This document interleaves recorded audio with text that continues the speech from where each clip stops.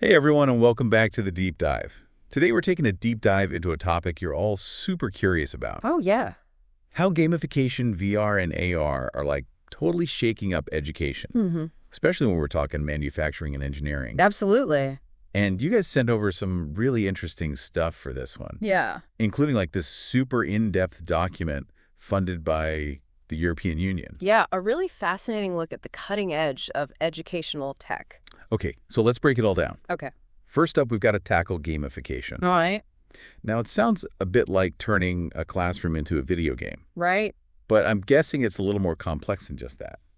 You're absolutely right. Right. It's not just about slapping a game on top of existing lessons. Yeah.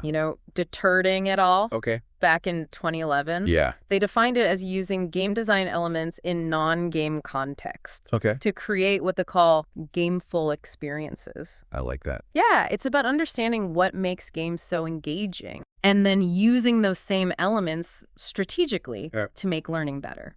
So what is it about games that makes them so engaging?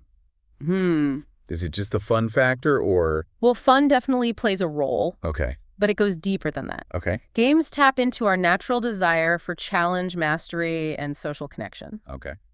So think about a game you love. Mm-hmm. There's usually a clear goal, Right. a set of rules, and a system of feedback that tells you how you're doing. I see. And these elements create a sense of purpose and progression that keeps you motivated and engaged. So it's not just about making learning fun. Right. It's about making it more meaningful and motivating. Exactly. And the research really backs this up. Okay. Kamari et al. In 2014, they found that gamification can significantly boost learner motivation engagement and even knowledge retention. Wow. It's not just a gimmick. No. It's a powerful tool for tapping into how our brains are wired to learn best. I'm intrigued, I gotta say. But the source material also mentions different levels of gamification. Yes. Tell me more about that. Absolutely. Okay. Think of it as a spectrum. Okay. At one end, Yeah. we have what we call superficial gamification. Okay. This is where you might see things like points badges and leaderboards added to a lesson. Okay. It can add a bit of fun and competition, Right. but it doesn't necessarily change the core learning experience. So that's kind of like the entry level. Right. What about the deeper end of the spectrum? As we move deeper, gamification starts to integrate more meaningful game mechanics. Okay. We see challenges designed to encourage problem solving and critical thinking. Right. Feedback systems that provide personalized guidance and narratives that create a sense of purpose and progression. So instead of just earning points for answering questions, Right. you might be working through like a complex simulation Yes, where your choices have real consequences. precisely. Wow. And at the most immersive end of the spectrum, we have full-blown game-based learning. Ooh. This is where the lines between education and entertainment really start to blur. Okay.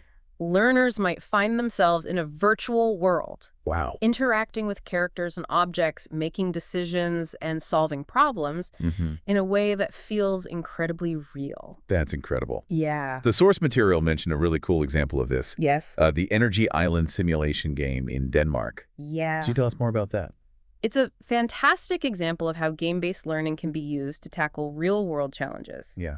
In this game, students learn about sustainable energy by designing and managing their own virtual energy island. Okay. They have to make decisions about energy production, consumption, and environmental impact, Okay. all while balancing economic and social factors. So they're not just memorizing facts about renewable energy. Right. They're actually applying that knowledge in a dynamic and engaging environment. Exactly. And the results have been really impressive. Students who participate in the game show a deeper understanding of the complexities of energy systems, and they are more likely to consider sustainable solutions in their own lives.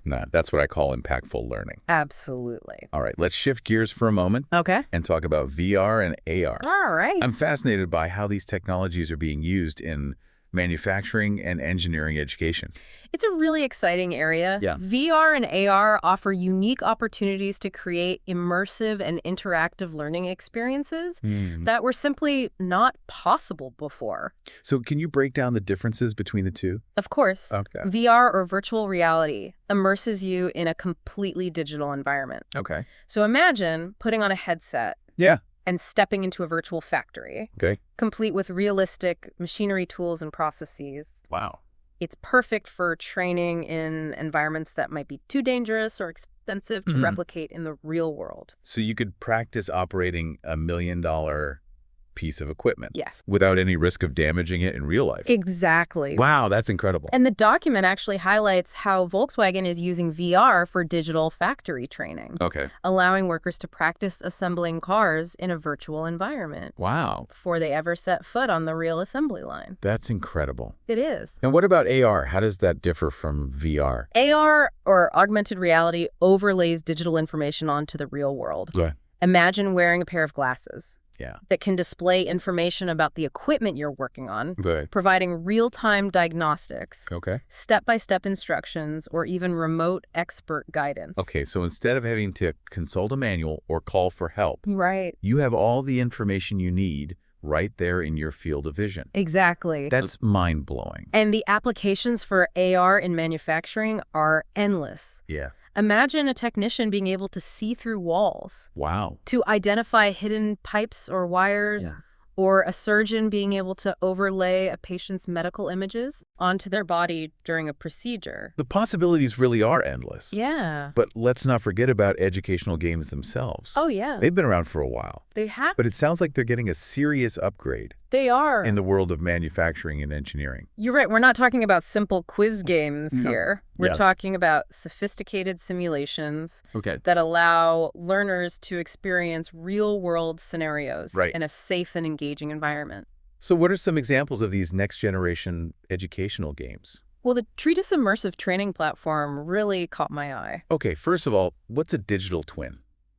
Oh, yeah. I'm not familiar with that term. It's a fascinating concept. Hey. A digital twin is basically a virtual replica of a physical object or system. Okay. It uses real-time data to mirror the behavior of its real-world counterpart, Okay. allowing you to experiment, analyze, and even predict how the physical object will behave in different situations. So it's like having a virtual sandbox where you can test things out without any real-world consequences. Exactly. I like that. And in the case of Treatise, Yeah. they're using digital twins of manufacturing equipment Right? to create incredibly realistic training simulations. Wow. Learners can practice operating the equipment, troubleshooting problems, Right. and even performing maintenance tasks all within a virtual environment Mm-hmm. that feels incredibly real. This is truly incredible. It is. But with all these exciting tools and technologies popping up, I know, right?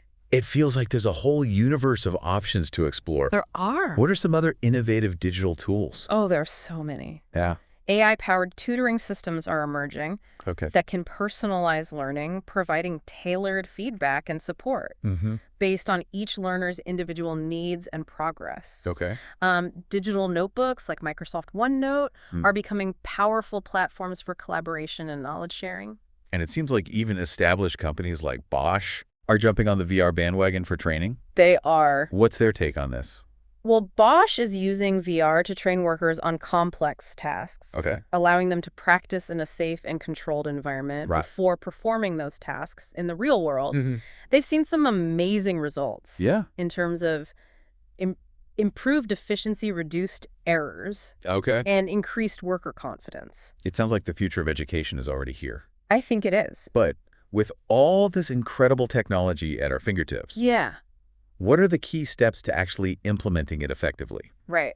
I imagine it's not as simple as just buying a bunch of VR headsets and calling it a day. You're absolutely right. Effective implementation requires careful planning, Oh. collaboration, Mm-hmm. and a deep understanding of the learning process itself. So what are some of the crucial things to keep in mind when implementing these technologies in education? Well, first and foremost, we need to start with a clear understanding of our learning objectives. Okay. What are the specific skills and knowledge we want learners to acquire? Once we have a clear vision, we can then explore which technologies and tools Yeah. are best suited to achieve those goals. That makes sense. It's about choosing the right tool for the job, Exactly. not just using technology for technology's sake. Exactly. And it's crucial to involve learners in the process. Okay. Get their feedback on the tools and technologies being used. Okay. Understand their learning preferences, and create opportunities for them to co-create the learning experience. So it's about making learners active participants in the process. Yes. not just passive recipients of information. Precise. And finally, Yep. we need to be willing to experiment and iterate. Absolutely. Okay. The world of technology is constantly evolving. Right. So it's important to embrace a mindset of continuous improvement. Okay. Try new things. Yeah. Gather data. Mm-hmm. And adjust your approach based on what works best for your learners. It sounds like a dynamic and exciting process. It is. Definitely not your old school one-size-fits-all approach to education. Exactly. We're moving towards a future where learning is personalized, engaging, and empowering. Yeah. And technology is playing a crucial role in making that vision a reality. Absolutely. Yeah. It's amazing to think about how much education is changing, even compared to just a few years ago. Yeah, it really is. What gets me really excited, though, is where all this is headed. Right. What does the future of learning look like with all these incredible tools? The potential is mind-boggling. Really? The document highlights some trends that are already starting to shape the landscape of education, and they're only getting more powerful. Okay, lay it on me. What are we talking about here? Well, one of the biggest trends is personalization. Okay. We're moving away from the one-size-fits-all model of education towards a more individualized approach, where learning is tailored to each student's unique needs, interests, and learning styles. That sounds incredible. Yeah. But how do we actually achieve that level of personalization? AI is going to play a huge role here. Okay. Imagine AI-powered learning platforms that can analyze your learning patterns. Okay. Track your progress, and automatically adjust the content and pace of instruction to keep you challenged and engaged. So it's like having a personal tutor who's always available and constantly adapting to your individual needs. Exactly. That's amazing. And it goes beyond just content delivery. Okay. AI can also be used to provide personalized feedback, Right. identify areas where you might be struggling, and even suggest additional resources or learning activities that can help you master a concept. It's amazing. It sounds like AI could really empower learners to take control of their own education and learn at their own pace. Absolutely. That's awesome. And another exciting trend is the rise of micro-credentials. Okay, I've heard that term thrown around, but I'm not exactly sure what it means. Can you explain? Sure. Micro-credentials are basically digital certifications that recognize specific skills and knowledge. They're often more focused and shorter than traditional degrees, allowing learners to quickly acquire in-demand skills and demonstrate their expertise to potential employers. So instead of needing a 4-year degree, you could earn a series of micro-credentials Exactly. that demonstrate your proficiency in specific areas. Yes. Like, say, advanced robotics programming or 3D printing design. Exactly. And blockchain technology is playing a key role here, ensuring that these micro-credentials are secure, verifiable, and tamper-proof. So no more worrying about fake degrees or qualifications. Exactly. That's a huge win for both learners and employers. It is. But what about the Internet of Things? Yes. We hear so much about it these days. We do. But I'm not sure how it fits into the world of education. The IoT is going to revolutionize hands-on learning. Really? Imagine a world where physical objects in a classroom or training facility are connected to the internet, allowing learners to interact with them in real time, collect data, and even control their behavior. Okay. Can you give me like a concrete example of how this might work? Sure. Think about a training program for technicians who repair industrial robots.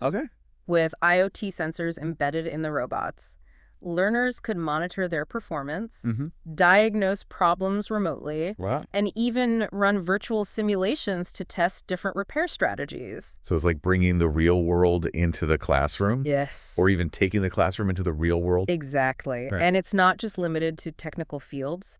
Imagine history students being able to interact with virtual replicas of ancient artifacts.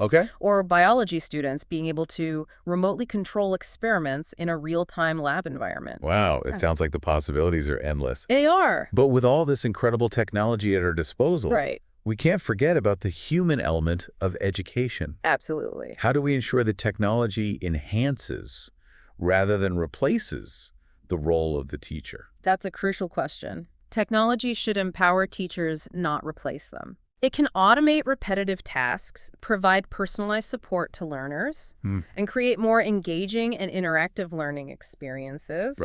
But ultimately, it's the teacher who guides the learning process, fosters critical thinking and inspires a love of learning in their students. So it's about finding the right balance between technology and human interaction. Exactly. Technology can amplify the impact of great teaching. Yeah. But it can't replace the passion, creativity, and empathy Right. that a great teacher brings to the classroom. And speaking of great teaching, Yes. the document also highlights the importance of collaboration between industry and academia. It does. Why is that so crucial in the context of these new technologies? It's all about making education relevant to the needs of the workforce. Right. Industry partners can provide insights into the latest trends, technologies, and skills that are in demand, helping educational institutions design curricula and training programs that prepare learners for the jobs of tomorrow. So it's not just about teaching students theoretical concepts. Right. It's about giving them the practical skills and experience they need to succeed in the real world. Precisely. Right. And these collaborations can take many forms. Okay. Companies can offer internships and apprenticeships, Right. provide guest lectures, share their research and development, and even help fund the development of new educational programs and resources. Sounds like a win-win for everyone involved. It is. Students get real-world experience. Yeah. Companies get access to a pipeline of skilled workers. And educational institutions get the resources and expertise they need to stay on the cutting edge. Exactly. It's all about creating a dynamic ecosystem Right. where education and industry work together to prepare learners for the challenges and opportunities of the 21st century. This deep dive has been so insightful. It has been. But with all this talk about technology and the future of learning, Yeah. I'm wondering, what are some practical steps listeners can take to embrace these changes? It can feel overwhelming sometimes. It's true. The sheer amount of innovation is incredible. Yeah. But don't let it feel daunting. Okay. The first step is simply staying curious. Curiosity. I like that. Yeah. It's like the fuel for lifelong learning. It is. So what are some ways our listener can actively cultivate that curiosity and make the most of all these incredible learning opportunities? Well, one practical step is to explore online learning platforms. Okay. Websites like Coursera, edX, and FutureLearn, Yeah. they offer a vast array of courses, often taught by experts from leading universities and companies. Right. You can find courses on virtually any topic imaginable, Yeah. from artificial intelligence to sustainable design to creative writing. That's amazing. And many of them are free They are? or very affordable, right? Yeah. It's incredible how accessible quality education has become these days. It really is. Yeah. And don't underestimate the power of hands-on learning. Okay. Look for opportunities to attend workshops, conferences, and meetups in your area of interest. Right. There's nothing quite like learning from experienced practitioners. Yeah. And connecting with other passionate individuals. So it's about getting out there and experiencing things firsthand, Yes. not just absorbing information passively. Exactly. Right. And if you're looking to develop specific skills Yeah. for a career change or advancement, Okay. explore micro-credential programs offered by organizations like Credly or Coursera. Okay. These focused programs can help you quickly acquire in-demand skills and demonstrate your expertise to potential employers. That's great advice. And I think it's important to remember that learning doesn't have to be confined to formal settings. Right. We can learn from books, articles, podcasts, videos, Absolutely. even from everyday conversations and experiences. You're absolutely right. Learning is all around us if we're open to it. Yeah. Cultivate a habit of reading, listening to podcasts, attending webinars, whatever sparks your interest. I love that. Yeah. And don't be afraid to dive deep into topics that fascinate you. And I love the idea that learning can happen anywhere, anytime. It can. But this deep dive has also highlighted the importance of community. Yes. How can our listener tap into that aspect of learning?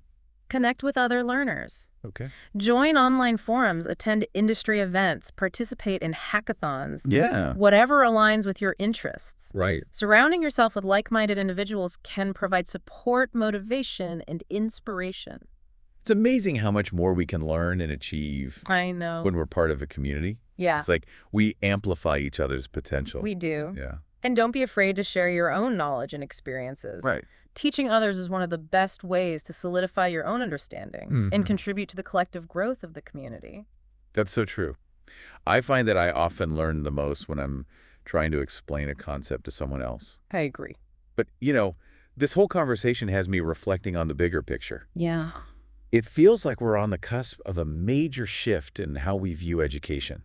I agree. We're moving away from the traditional model of education Yeah. as something that happens primarily in a classroom setting during a specific period of our lives. Right. Lifelong learning is becoming the new norm. It's exciting, but also a little daunting. It is. How do we navigate this new landscape of constant learning Right. and adapt to the ever-accelerating pace of technological change? It all comes back to mindset. Okay. Embrace curiosity, be open to new experiences, and cultivate a growth mindset where you see challenges as opportunities for learning and growth. So it's about being adaptable, resilient, and always willing to learn and evolve. Exactly. That's great advice for anyone, regardless of their age, profession, or background. It is. Right. And remember, learning is not just about acquiring knowledge and skills. It's about personal growth, self-discovery, Right. and finding joy in the process of exploring new ideas and perspectives. This deep dive has been truly inspiring. It's given me a renewed sense of excitement and optimism about the future of learning. Good. And I hope our listener feels the same way. I hope so, too. But remember, the future of learning is not something that's happening to us. Right. It's something we're actively creating. Yeah. We have the power to shape this future by embracing new possibilities, by challenging old assumptions, and by fostering a culture of curiosity, collaboration, and lifelong learning. Beautifully said so. To our amazing listener, thank you for joining us on this journey of exploration and discovery. Yes, thank you. Keep learning, keep growing, and keep diving deeper. That's the spirit. To know more about our project, please visit our website and follow us on social media. This project is funded by the European Union.